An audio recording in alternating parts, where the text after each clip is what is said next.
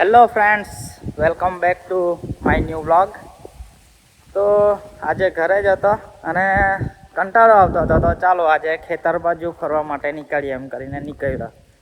હવે ચાલતા ચાલતા એક વિચાર આવ્યો કે આજના જે યુવાનો છે એ કોઈ અલગ જ રસ્તા પર જતા હોય એવું લાગે છે.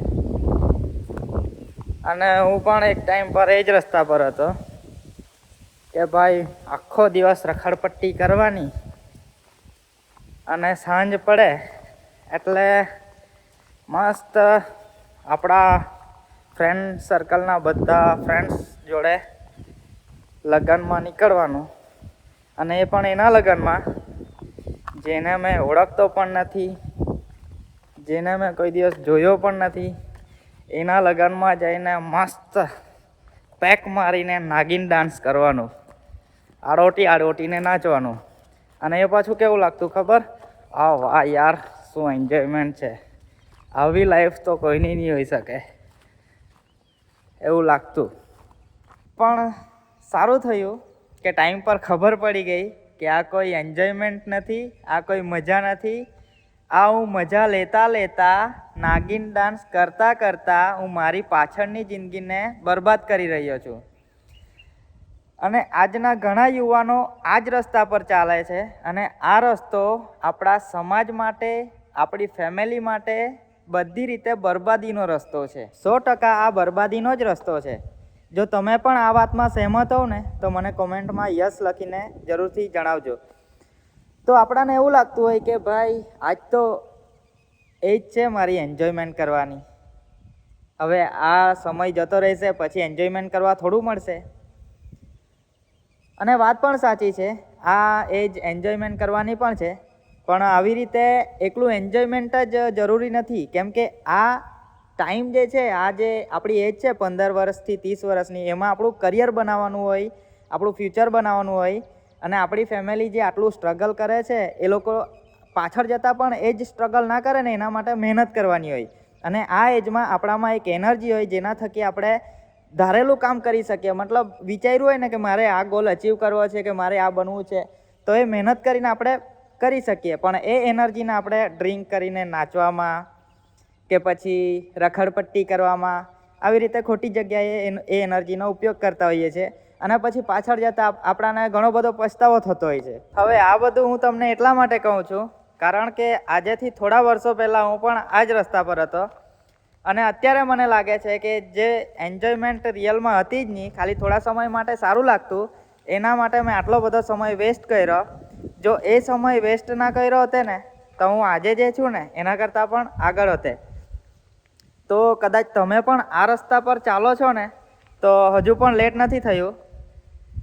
આજેથી જ એક સંકલ્પ લો કે મારે એક સારી વ્યક્તિ બનવી છે, અને એક જવાબદારી લઈ લો કે મારી ફેમિલી જે છે અત્યારે આટલી મહેનત કરે છે, આટલું સ્ટ્રગલ કરે છે, આખો દિવસ આપણા ફેમિલીના જે મમ્મી પપ્પા છે કે પછી દાદા દાદી લોકો છે એ લોકો આટલું મહેનત કરે છે, ખેતરમાં મજૂરી કરવા જવું પડે છે, તો એ લોકોને પાછળ જતાં પણ એ જ વસ્તુ ના કરવું પડે. એના માટે આપણે આજે કંઈક કરીએ જેના થકી એ લોકોને એક સારી જિંદગી મળી શકે. કારણ કે આ આપણી જવાબદારી છે. આપણે યુવાન છે તો આપણા ઘરની જવાબદારી પાછળ જતાં આપણા પર આવવાની છે. તો આજે આપણે મહેનત કરીશું તો પાછળ જતાં કંઈ કરી શકીશું ને. કરવું હોય ને તો બધું થાય, અને ના કરવું હોય ને તો પછી કંઈ નહીં થાય.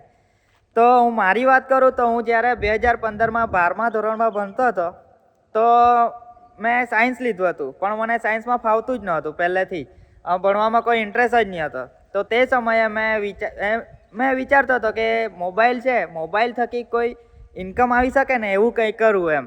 પછી યુટ્યુબ પર એક વિડીયો જોયો જેમાં હતું કે યુટ્યુબ પર વિડીયો બનાવીને પણ આપણે પૈસા કમાઈ શકીએ એમ.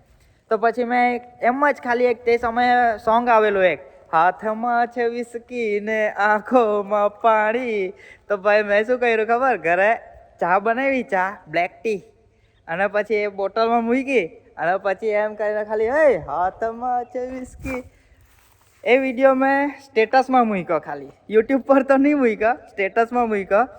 તો મારા સ્ટેટસમાં મારા ફેમિલીના લોકો હતા, પછી થોડાક ફ્રેન્ડ લોકો હતા ને, તો એ લોકોએ બધાએ એ વિડીયો મંગાવ્યો. મને કહે મોકલ મોકલ મોકલ, ને એ લોકોએ પણ સ્ટેટસમાં મૂક્યો એમ.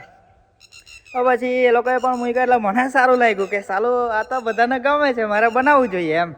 પછી મેં ધીરે ધીરે યુટ્યુબ પર સર્ચ કરતો ગયો કે કઈ રીતે વિડીયો શૂટ કરવાનું, કેમ કે એ સમયે કોઈ યુટ્યુબર નહીં હતું 2015માં.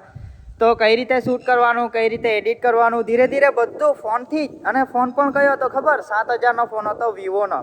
તો એ જ ફોનમાં એડિટિંગ શીખું, કઈ રીતે શૂટ કરવાનું એ શીખું, ફોનથી જ અપલોડ કરતો. અને ધીરે ધીરે પછી આ વિડીયોઝ બનાવવાનું ચાલુ કર્યું અને ઘણા બધા વ્યૂઝ પણ આવવા લાગ્યા. એટલે પછી મને એમ પણ ભણવામાં તો ઇન્ટરેસ્ટ નહીં હતો.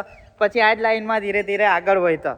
હવે આ બધું હું તમને એટલા માટે કહું છું કારણ કે જો શીખવું હોય અને જો કંઈક કરવું હોય ને તો આપણામાં એક જુનૂન જોઈએ કે ના, મારે કંઈ શીખવું છે, મારે કંઈક કરવું છે, મારે મારી ફેમિલી આજે જે લાઈફ જીવે છે ને એના કરતાં મારી ફેમિલીને એક સારી લાઈફ મારે આપવી છે એમ.